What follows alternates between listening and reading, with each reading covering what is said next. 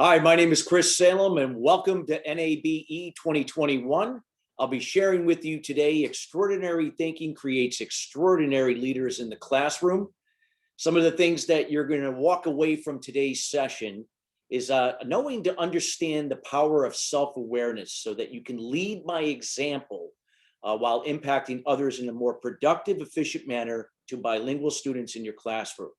This is also going to help you to also create more an interdependent environment, not only in the classroom from a leadership perspective, but also how you relate and understand and work with others with your interdisciplinary education team. And you're also going to understand the importance of values and how values play an important role in learning how to relate and understand others, people you work with, and more importantly, the students that you work with. So again, we're going to be spending about an hour together. We're going to have a lot of things that we're going to be covering, and we're going to be also allowing you to share a lot of notes in your workbooks that will be provided to you, as well as the copy of this PowerPoint presentation that will be provided to you as well as reference. So let's jump right into it. A little bit about myself and where this information is coming from, so we'll give you a little bit more perspective about what you're about to learn. I am the CEO and co-founder of a 501c3 organization called Empowered Fathers in Action. I work with communities, schools, corporations, and small businesses. We help people to form interdependent environments free from limiting beliefs so they can be better examples for each other. Again, people learn from what they observe in others. And leadership is defined as not a title, but an action.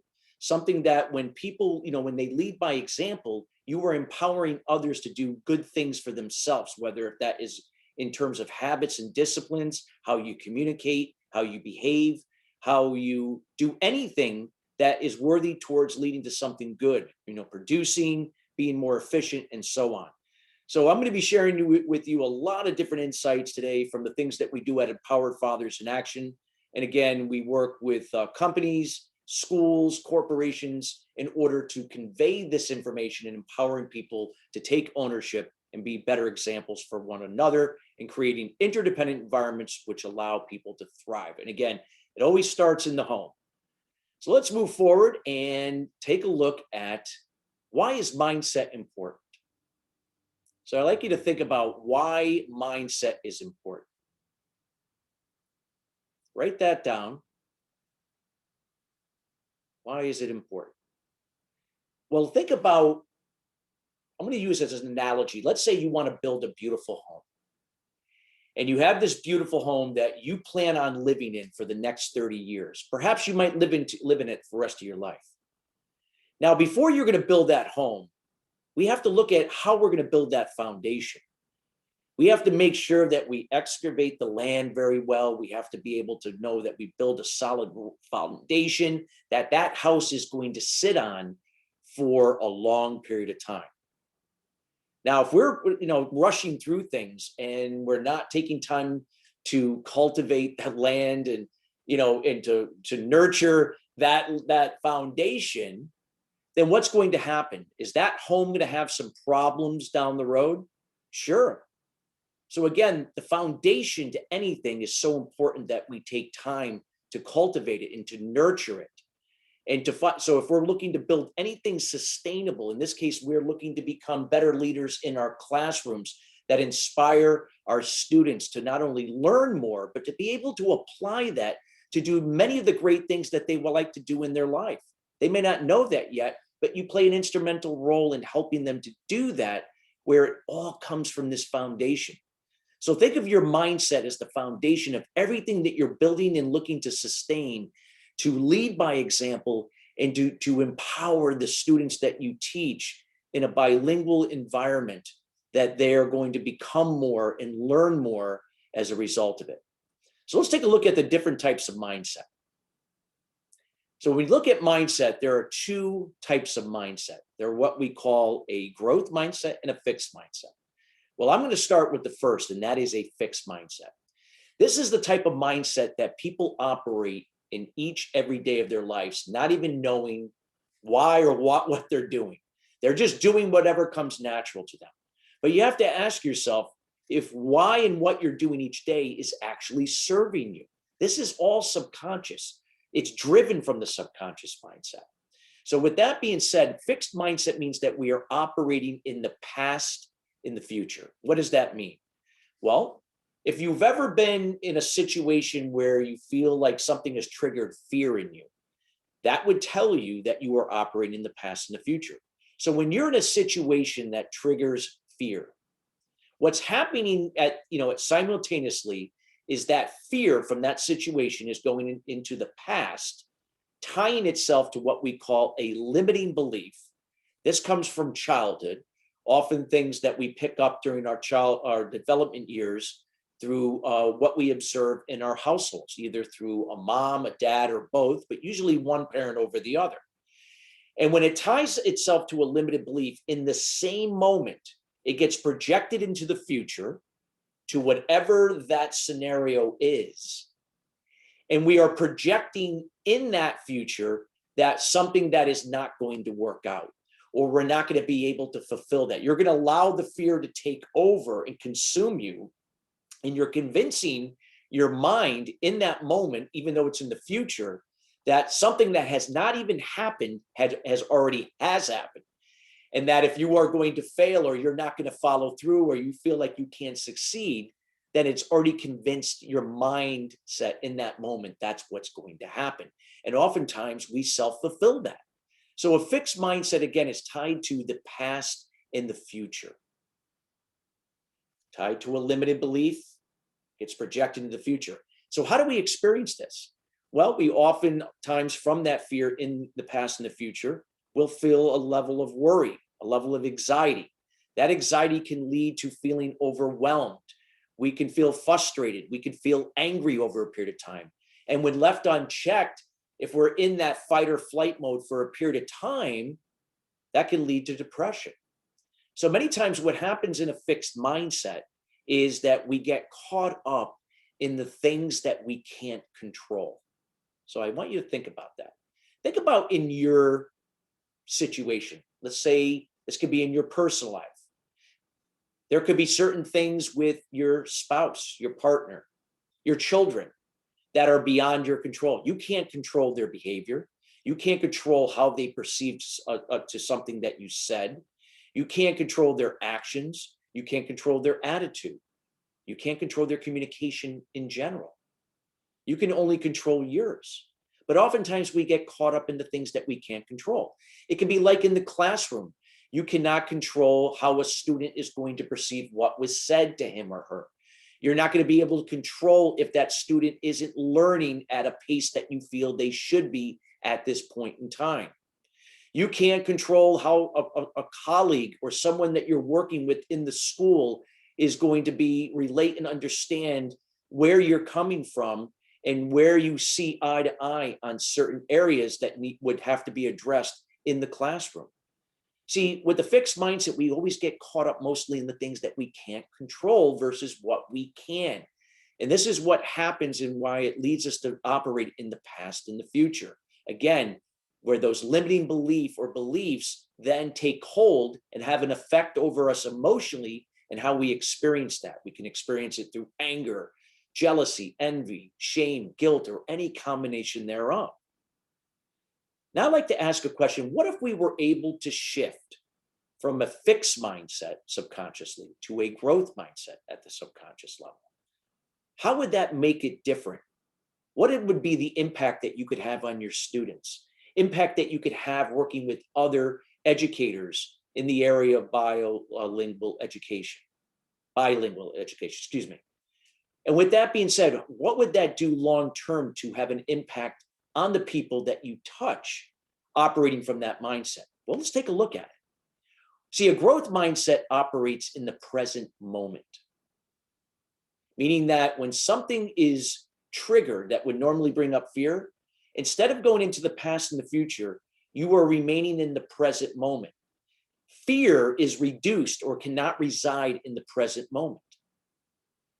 And as a result of that, we offset that level of worry. We offset anxiety. That leads us to operate from a place of a positive emotion or emotions rather than negative emotions. And it's through that through the present moment that we have more clarity. And when we have more clarity, we become more decisive. When we become more decisive, we take more action. We are less likely to procrastinate, to be busy but not productive or not producing at all. And in a growth mindset, we begin to see the opportunities and the blessings disguised in the challenges. We look at challenges and setbacks as an opportunity to grow and become more. And when we are operating from a growth mindset in the present moment, we have the ability now to really see progress. We operate from progress rather than perfection. We know that everything that we embrace in that process, we can control what we know and what we have, and that's where we focus, and we let go of what we can't control. So think about a growth mindset, again, is something that you are in the present moment, trusting the process, controlling what you can, letting go of what you can't, and letting the results that you seek be a byproduct of what you do in the moment, focused on what you can control. Versus, again, the fixed mindset, which is tied to expectations, to outcomes in the past, in the future. And again, we operate from a level of worry, fear, anxiety, and so on. So the thing is, a lot of people may say that, well, how do you make that shift? I feel like my emotions control me. But see, the reality is, when you think about it, ask yourself, do your emotions really control you? Can you control your thoughts? Well, probably more than likely, you can't control your thoughts, but you can control how you react to them. Those are your emotions. See, a growth mindset recognizes we have the ability to control our emotions, that we can come back into the moment, offset that fear, and allow ourselves to operate in that present moment, to be more alert and aware of our surrounding, more self-aware.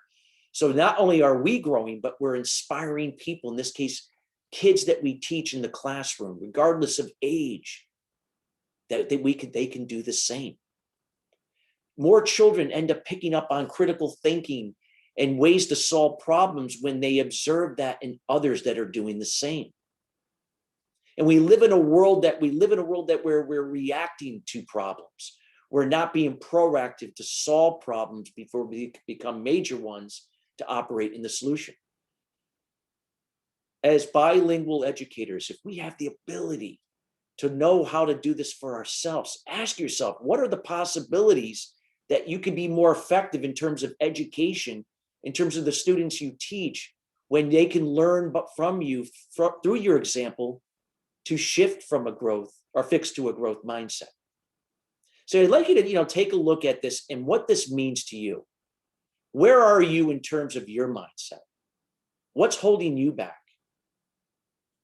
And look at the different things that while that may be the case, we're going to be able to share with you different things that are going to allow you to make this shift over time.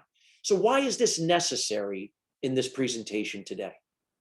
Well, again, if we are looking to become more impactful as leaders in the classroom, it starts with the way we think. Remember that foundation that we were talking about? It's got to start with the mindset first. We have to build that foundation. If we're going to build an environment in the classroom that's going to foster creativity, innovation, critical thinking, the ability to learn, from progress, not perfection, it's better that we're able to do it from a mindset that's operating in the present moment, from a growth perspective, rather than from a fixed perspective. So let's take a look at what are some of the things that we can do to go from managing the problem to creating the solution. So think about managing the problem as that maybe perhaps that you are operating in a codependent environment. It might be personally in your home, with your children, with your spouse, your partner. It may be with other people you work with.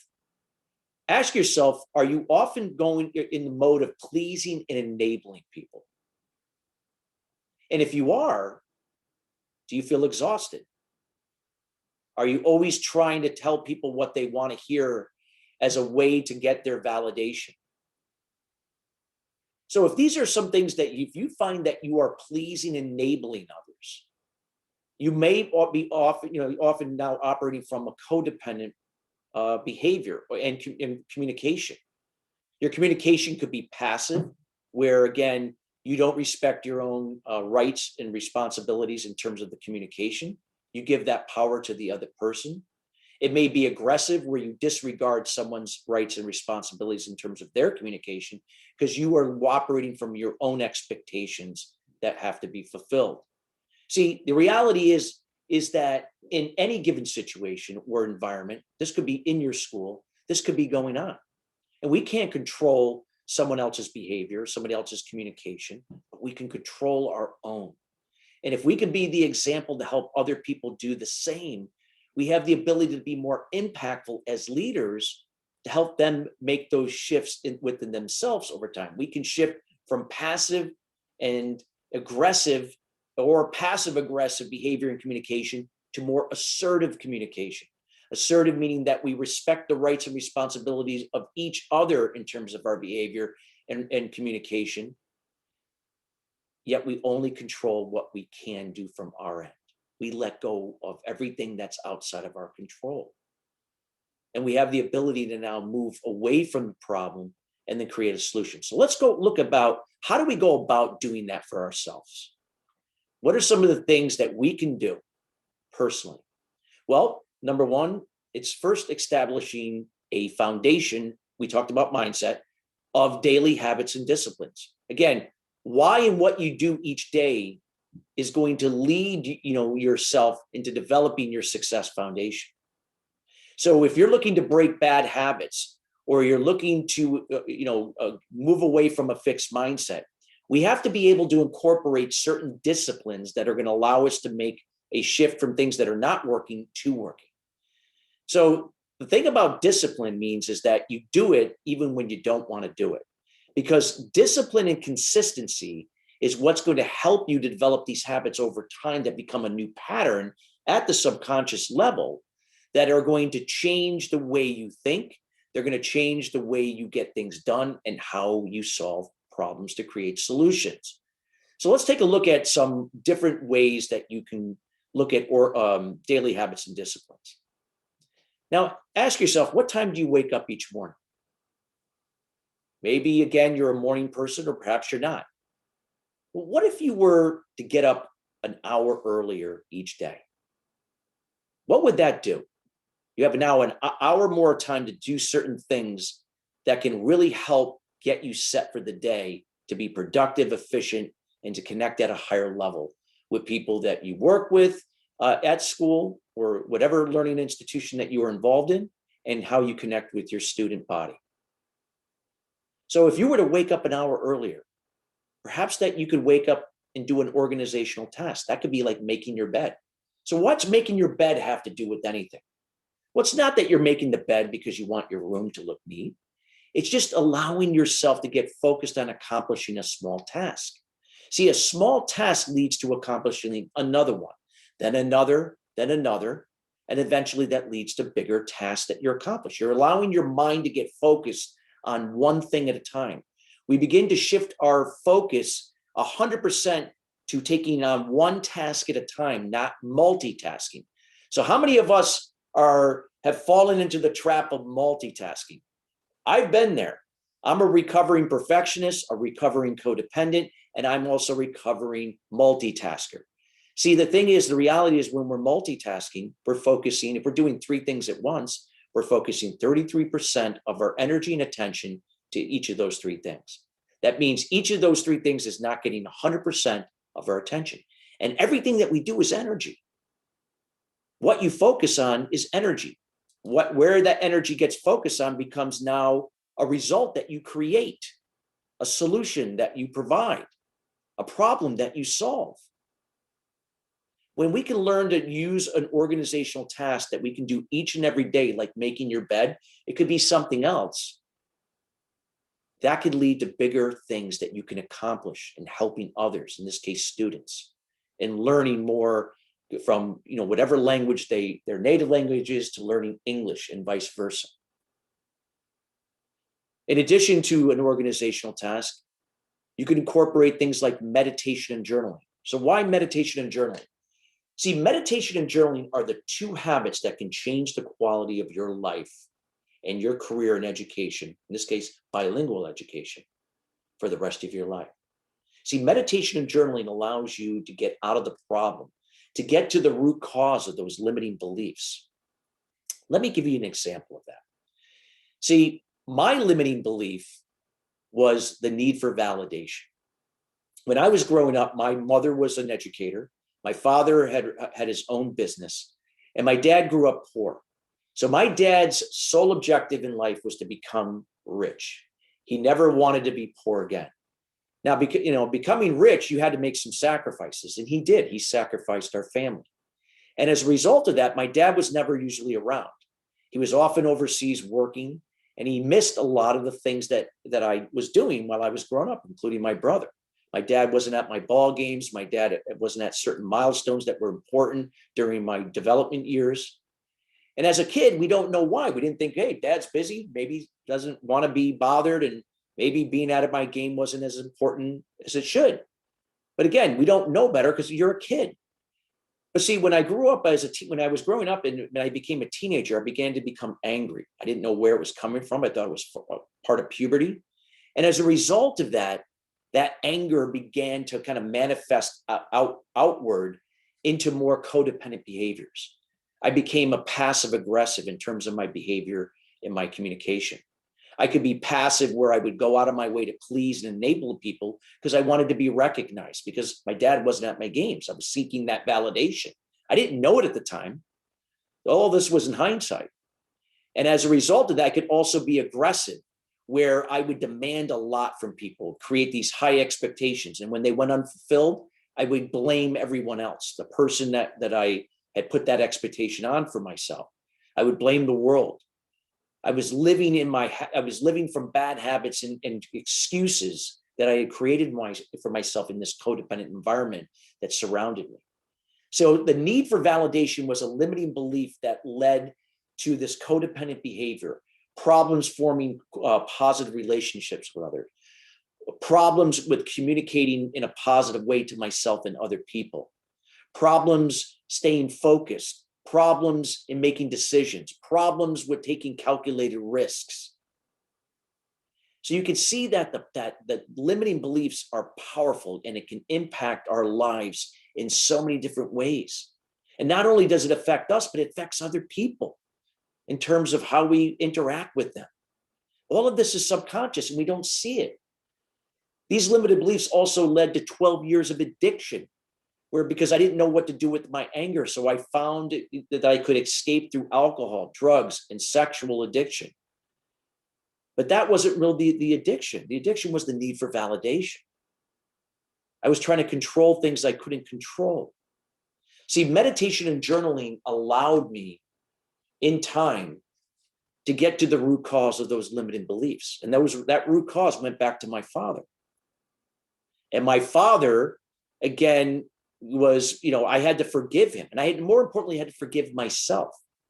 That if I was going to change and develop better habits and disciplines, to change the quality of my personal life in terms of the relationships I had with myself and others, to create, a better outlook in my career, I had to use the meditation and journaling to get to the root cause, to forgive the source, my father, and more importantly, to forgive myself. Now, that sounds pretty easy to do, but in reality, it's not. It took some time. Just because you say you forgive someone doesn't mean you truly forgive them. I had to truly let it go, that when anything that would trigger fear, that when it would then, normally I would react in anger, that anger would hit for a second and then bounce away. Once I knew that the anger was not controlling me, I knew I had released and resolved the root cause to my limiting beliefs. I had adopted a pattern of positive emotions to be present rather than the past and the future, to operate in the present moment. So meditation allows us to get present. Journaling allows us, after meditation, to write down whatever comes to mind. It allows us to kind of look at ourselves from a third-party perspective to see what has been getting in our way. We can begin to solve our own problems. So the solution is always from within, not outward. We're always seeking the answers outside of us, not in. And when I was able to incorporate, making my bed with meditation and journaling and other habits like working out, taking care of myself physically, eating breakfast, healthy breakfast, reading every day a chapter or two out of a book that would serve me personally or anything that I was doing to help others, and then reviewing my daily goals. This every day, 7 days a week, 365 days a year, set the tone for me to make these huge changes to operate in the solution rather than the problem. So again, meditation and journaling are the cornerstone habits that allow you to move out of the problem into the solution.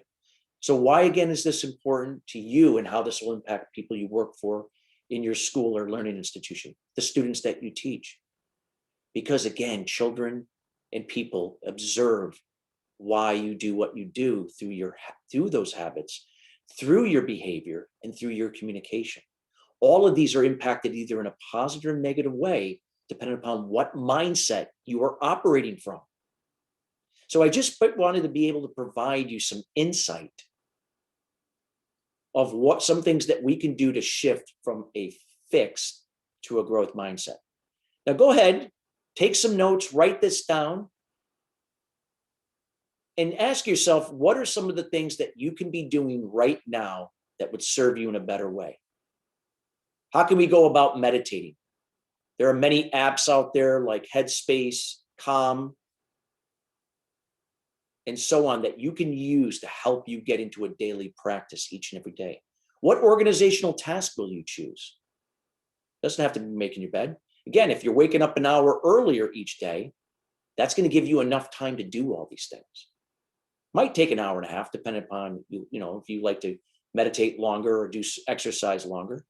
But again, these things can set up a foundation that will pay dividends, not only to you personally in the success of your career as a bilingual educator, but also to your students for years to come, the people you work with, the people you work for. Again, leadership is not a title. It's an action. It's a responsibility that we do each and every day behind closed doors and when we're in front of other people during the course of the day. So when we look at bilingual education leaders, there are leaders out there in your profession that practice mindfulness. Now, these are not exactly people that are bilingual educators, but are educators in their own right. People like Deepak Chopra, right? Richard Gere, Tony Robbins. These are individuals that practice mindfulness each and every day to lead by example. Mindfulness, again, is just the art of meditating and journaling every day when you wake up early in the morning. Again, that getting up 1 hour earlier. Now, when we look at kind of like rounding off and completing our foundation for leadership, we talked about mindset. So think of mindset as the lower level of now that the basis point of the foundation. Now we got to build the final layer to our foundation. That is what we call values. So what are core values? What do they mean to you? How does that relate to the learning institution that you work for? How does that relate to the best of your ability to the students that you serve? How does that relate to your personal life? See, the reality is that we're never always going to have the same values, or are we going to have the same values as the organization that we work in, or in this case, the learning institution. But we can find common ground with shared values. But see, it starts with, what are your core values? So I'd like you to take some time to write down, about a minute here, and you can spend some more time with this. What are those values to you? What do they define you? Not what you've been led to believe, but really define who you are. And then ask how that relates to the school or learning institution that you work with. How does that relate to the students that you serve again? Give you a little idea of the values that define who I am. That's transparency. That is integrity, and then honesty. Those are three core values that I operate my personal and my business from each and every day.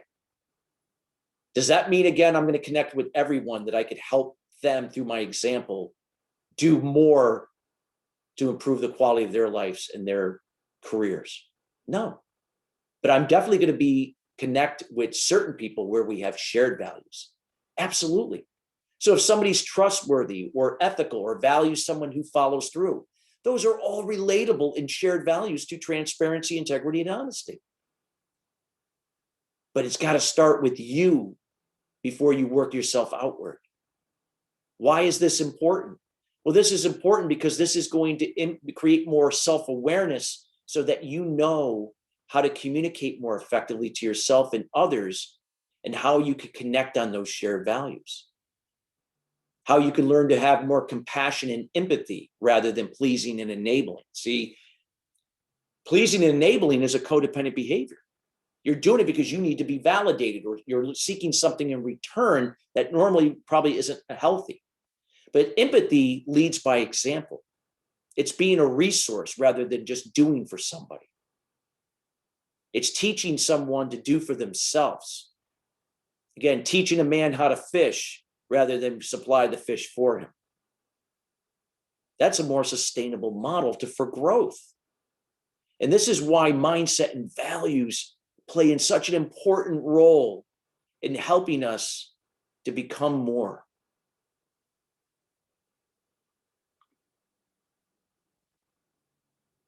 So again, take a little time to put those values down. I'd like you to think about this because this is very important.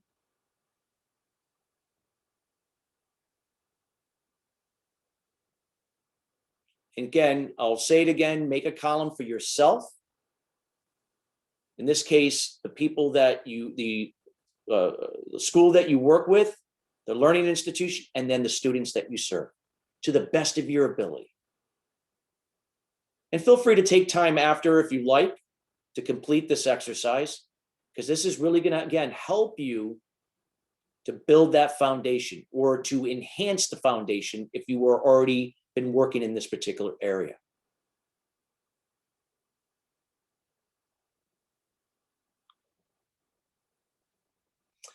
Now, when we look at the foundation, we have the foundation built. Remember, we used the house as the example. We now have the foundation to the house established.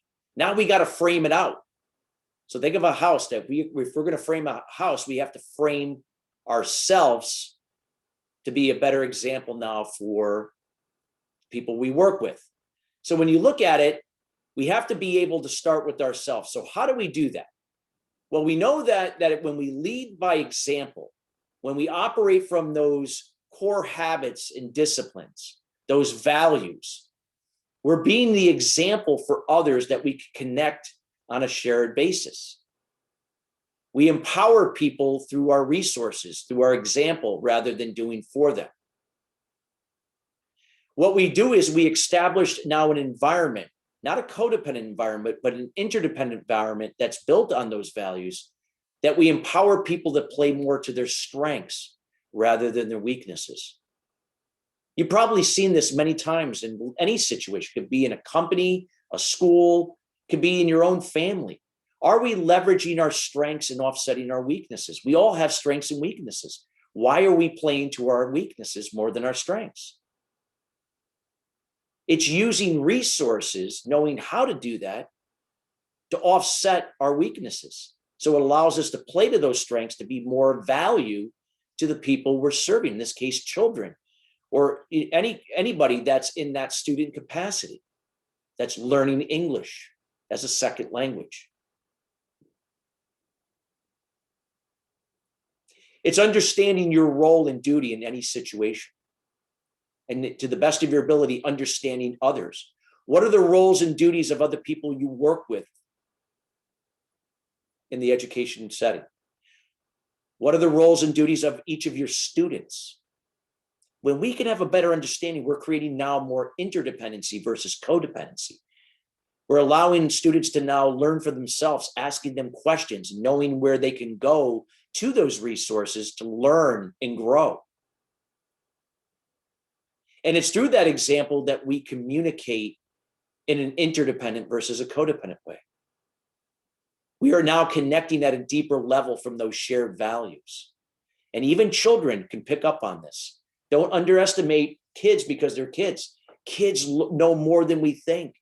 They observe more. And a lot of things, as they're developing their subconscious mindsets over time, these are the times that we can play an instrumental role in helping them to grow into more self-confident adults, the ability to make decisions and take risks, calculated risks, things that will spawn creativity and innovation that help move our world to better places.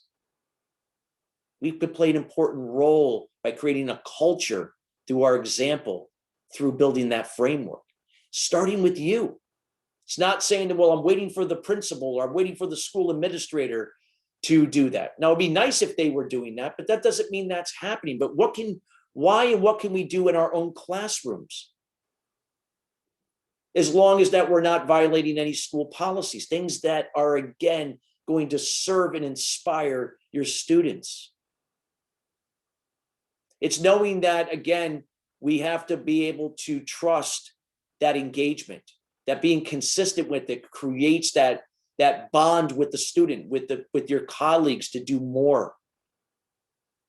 And we have to have a willingness to learn ourselves, to unlearn things that don't serve us. Again, undoing those limiting beliefs and how we used to approach things, to learn better ways to do things that will be more productive and efficient, not only for ourselves, but other people we learn from us.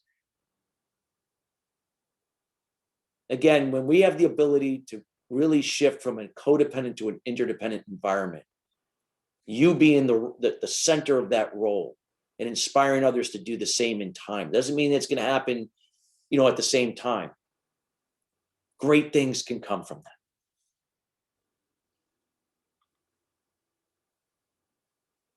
So as we build out the framework, now we're completing our house. And we have to look at what types of leadership styles can we choose from. We can personally choose a leadership style that best resonates with our strengths, our personality.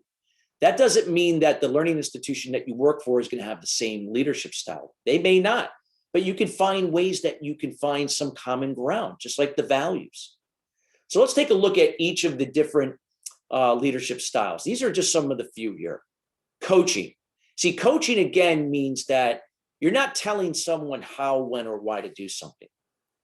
You are sharing through example. You are creating an experience. And by doing that, you're empowering people through asking questions, using resources to learn and grow for themselves. That's a coach. Now think about it like in terms of how you teach. When you're teaching in a bilingual education environment, would it be better to tell how, when, or why to do something versus sharing information, asking questions, listening to relate and understand your students and empower them to take that responsibility, to do with that, to learn and grow? That's wearing the coaching hat in terms of a leadership style. Visionary means that, again, someone that really sees the bigger picture, sees something like a different way of learning that could really inspire and help children to grow. It might see a better way to really, change how learning is accomplished. Now, the thing is, the only thing about visionary is, unless you have a process to see that vision through, then it may be difficult because you have the vision, but you don't have a process in the moment, day by day, week by week, month by month, quarter by quarter, year by year to do that. So it's oftentimes where visionary and coaching, when they go hand in hand, can be very effective in terms of a leadership style, like a hybrid. Servant is very synonymous to both visionary and coaching. And in this case, a servant, again, puts others before themselves. Now, that can be looked at as a good thing and not a good thing. Number one, If the servant is not serving themselves to be the example, they're not really empowering or giving value to others like they think they are. You can't give what you don't have. But it's knowing that servants also take into effect that, that they're very resourceful for their students in this case. They're very resourceful for the people they work with in the educational setting. Autocratic. Now, it depends on the type of environment that you're in. Oftentimes, decisions to do things, ways to learn and how to teach may be, delegated and communicated from the top down.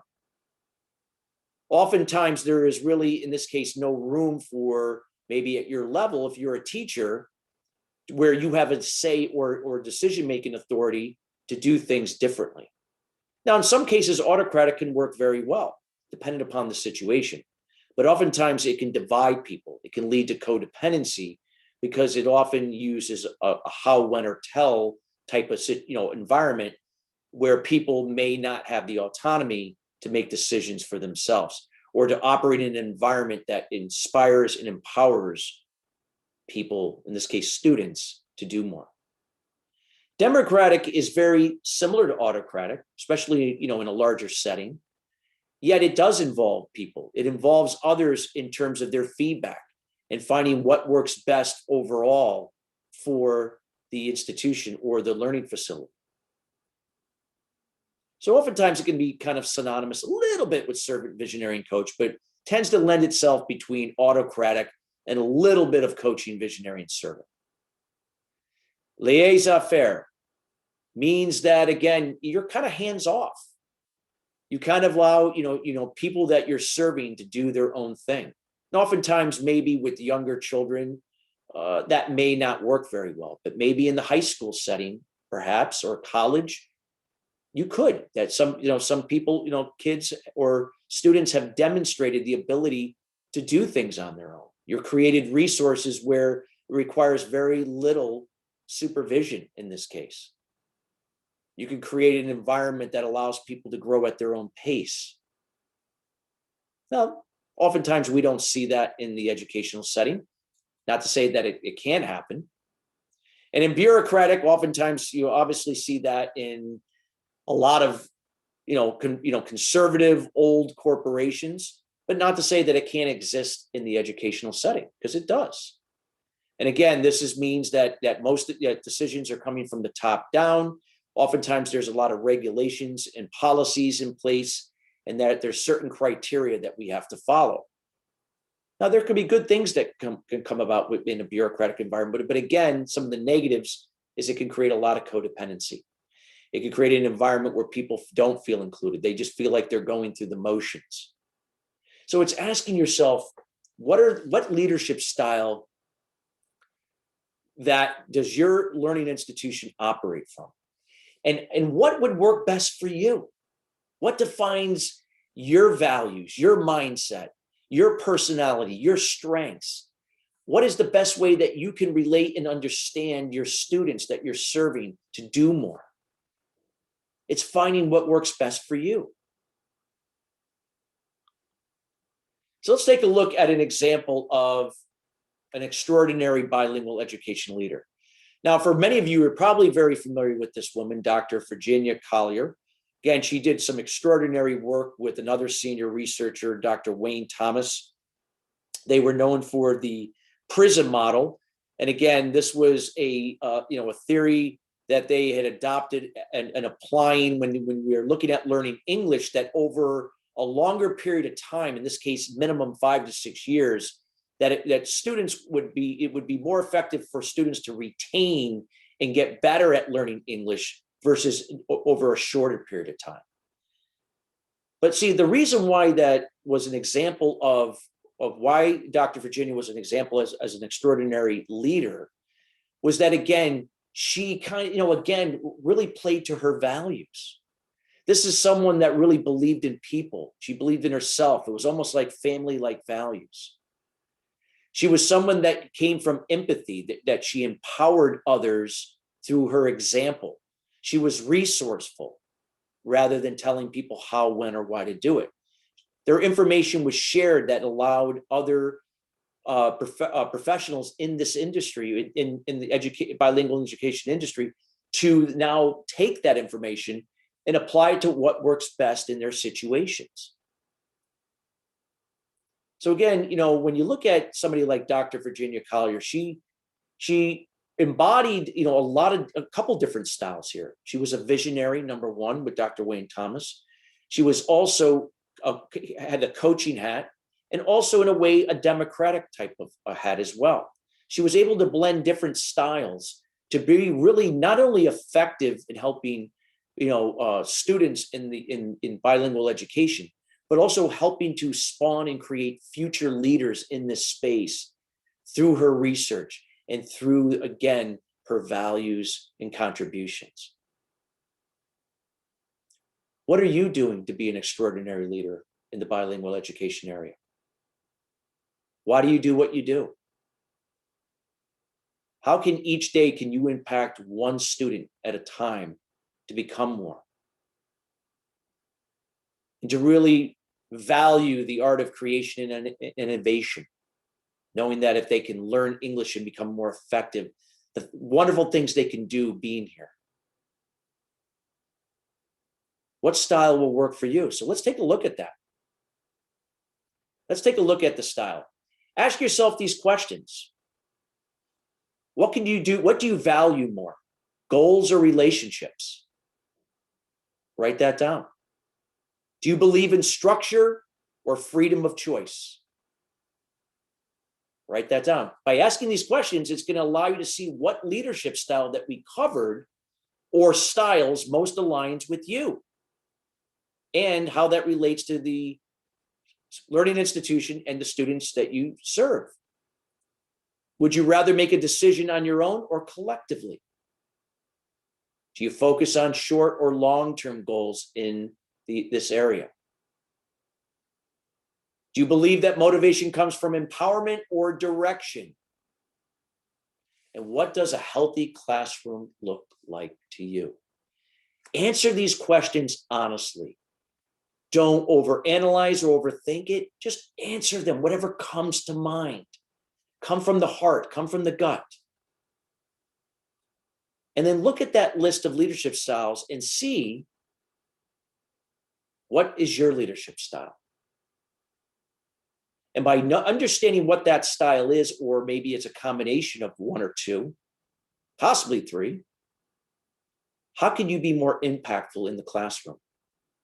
How can you be more impactful to the students you serve, the people you work with, in developing better environment and a better learning capacity to grow?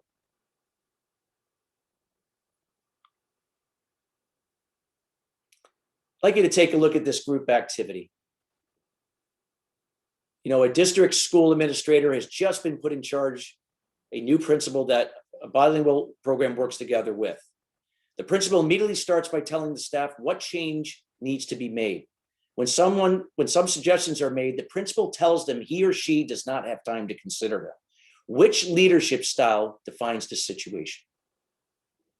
Take time, about 10 to 20 seconds to answer that.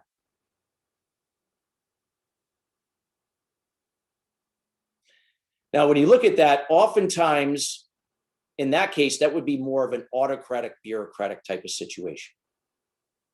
So when you answer the question, what leadership style works best for the entire staff that includes bilingual education?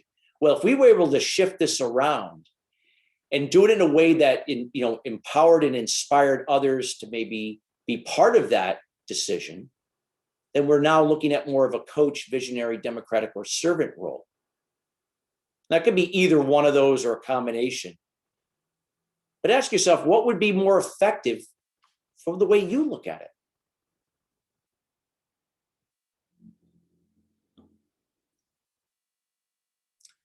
So before we move along and show how that foundation that we talked about, mindset, growth mindset, core values, how this can lead to becoming more effective as an extraordinary leader, we also have to understand what are some of the things that could get in the way that lead to ineffectiveness in terms of leadership.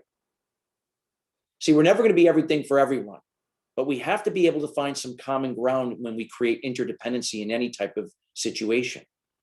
When there's a lack of team chemistry, when communication is based upon assumption and speculation rather than being specific, clear, and concise. See, if we can't communicate honestly, specifically, and concise to ourselves, how can we do that possibly with others in an interdependent way? Codependency thrives when we communicate on assumption and speculation. And that often leads to breakdowns in communication and then over time, conflict. This can lead to a disconnect with students we serve. So it's learning to come from empathy and kindness, being a resource, being the example rather than pleasing and enabling. When we have low staff retention, lack of student engagement, all signs of ineffective leadership. Micromanaging our students, micromanaging others we work with. And one thing I like to point out here is that when we lead with expectations and not from the process, what does that mean? Remember, we talked about a fixed mindset operates from expectations tied to outcomes.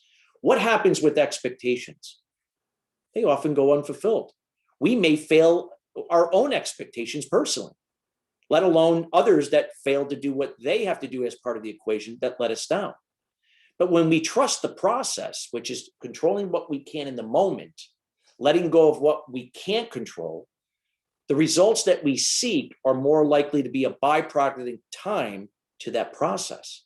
So when we shift from a fixed to a growth mindset, we steer away from expectations to outcomes to more to the process in the moment that leads to the results that we seek. Now, you take a look at this leadership reality check. This is a little checklist that you can spend some time with and answer questions for yourself. Ask yourself without overanalyzing, where do you spend most of your time? Put that here in the middle column for each of these behaviors. And then go back and say to yourself, ideally, where would you like to spend most of your time where you'd be more productive, not multitasking, so that you could create a more interdependent environment where it leads to more productivity, efficiency, and learning in that environment. Again, it doesn't have to be perfect. It's just progress, but finding out where you can make subtle shifts.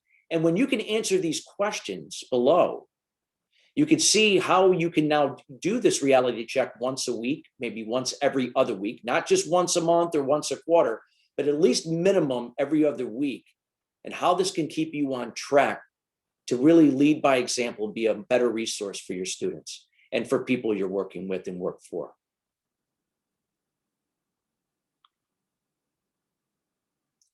So I'd like to take a look at a new leadership style that kind of encompasses everything that we've been talking about from a growth mindset and core values as the foundation.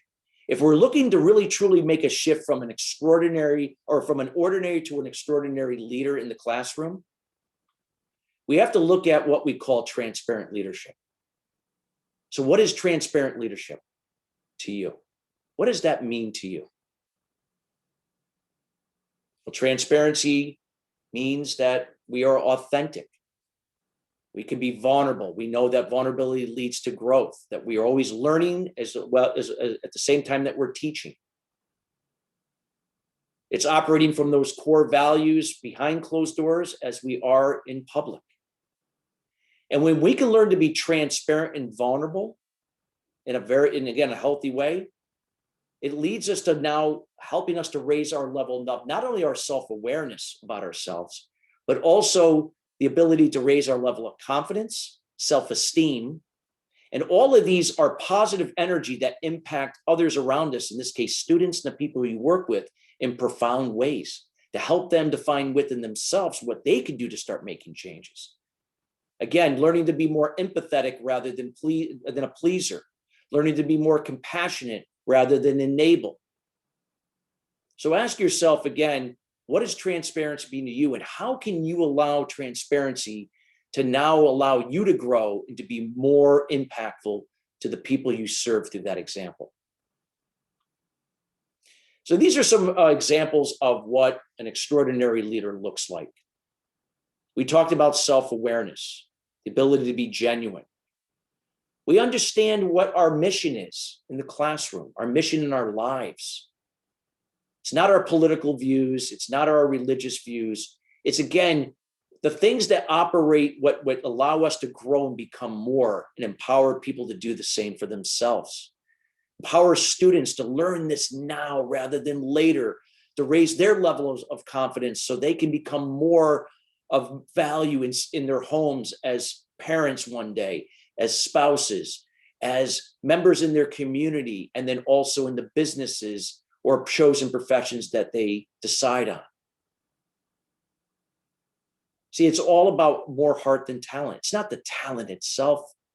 You could be very gifted and skilled as an educator, but it's really that your students are connecting more with your heart, not your skill. People connect on why you do what you do versus what you do first. When they feel that they feel something compelling to them, something that they feel that you relate and understand them, now they're more likely to understand what you can do to help them. That's where your skill and talent comes in. But it's the why from the heart that connects first. What's compelling to them? And shifting our way from, again, tied to outcomes rather than, focusing on solutions, to the process that leads to the results. And knowing that relationships over time will pay dividends. We're here to inspire and create other leaders. We're not here to create followers. Our children that we educate in the bilingual education setting, these are our future leaders. Our world is more diverse than ever. Our corporations are becoming more diverse than ever. Businesses are coming more diverse than ever. Any profession. As an educator, what role can we play in helping them to become more? Being that example, everything that we've learned up to this point. Now, when we look at extraordinary leaders, we look at what are the 5 I's that can help us to develop and shift to become an extraordinary leader. Well, it starts with insight. See, without insight, we can't, again, we might have all the intelligence that we have within our control, but if we can't apply it, then what's the intelligence is, that's all it is. It's just intelligence. It's be able to communicate it through our example, being that resource that we talked about that allows students to now apply that. To do the same with the colleagues that we work with, the people we work for. It's taking the initiative to be proactive rather than reactive. That when we can be proactive, we can address challenges and obstacles before they become more of a problem. We can then learn to shift those problems into solutions. We know how to influence others, not persuading them to see our point of view, telling them how, when, or why to do something, in this case, students, but to empower them through our example, to share, to create experiences that empower them to draw their own conclusion, what that means to them. And then we're doing it with impact. See, action speaks louder than words. Children pick up on those values like you would, more than you would ever believe, just like they pick up from their own parents that either are going to forge them as limitless beliefs or limiting beliefs. Let's step up to be that person that helps them to step into their limitless beliefs, not their limited. What role can we do for ourselves to get better at so we can be better examples? And doing it from a place of integrity. Again, the impact over traditional leadership. Again, it just builds higher engagement, more rapport. It creates a more innovative and a creative environment in an interdependent way. And it's those relationships that lead to solving problems and creating solutions and doing what's best for the group, the team, for the students, not who's right or wrong and whose decision that someone took.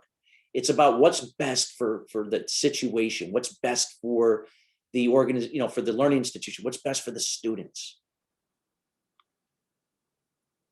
So ask yourself, what effective leader do you admire and why? And when you write that person down, it doesn't have to be someone that is famous or everyone knows. And how does that relate to you? You're not looking to become them, but you can use them as a role model to now inspire yourself to become what you can become through your own growth mindset, your own values, your own leadership style, your own skills and strengths. When we have the ability now to take that foundation and that framework and then apply that leadership style or styles that best bring it all together, we'll create an environment where there's higher engagement, higher retention. We'll understand each other's roles and duties and be responsible and accountable. We'll be able to solve challenges and create solutions like we talked about, and do it from a place of more clarity and focus. We'll really learn how to give without expectation, from empathy and kindness, being a resource, be the example, and to receive without resistance.